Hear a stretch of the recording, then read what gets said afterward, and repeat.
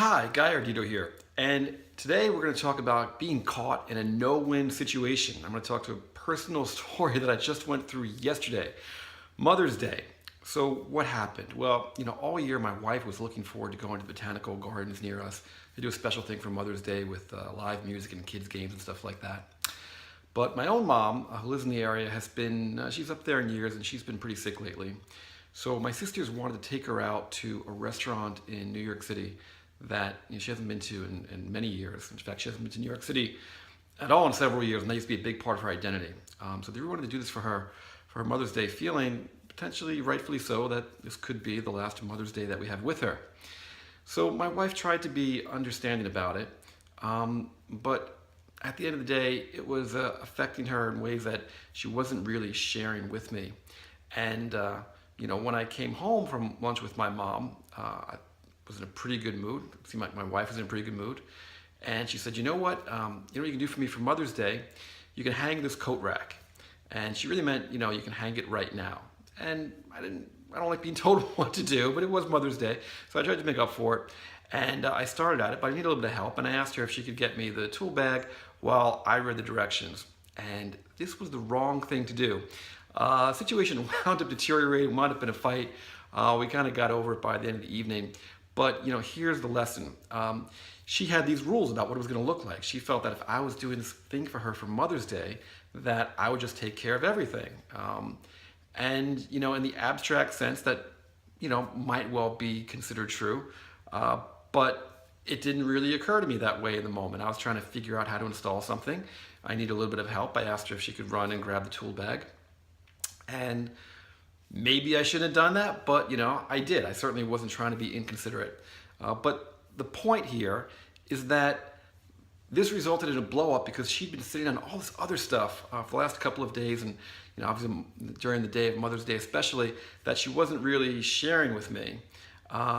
So she wasn't being totally forthcoming there. I was trying to be nice to her, but not in the ways that she wanted. I brought her some flowers, and I was trying to give her massages earlier, but her love language, you might say, was, about service, about doing things. And that wasn't the language that I was speaking. So it was really kind of two things coming together, right? There was kind of a lack of honest communication, and there was a missed expectation of what she had in her head and what I thought I was trying to provide and being a good husband.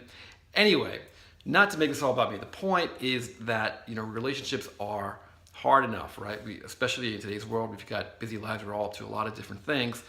All the more reason to really be straight with ourselves and each other about what we're feeling, what's going on with us. Now, I'm not saying my wife was wrong. She certainly, understandably, feeling the way that she did.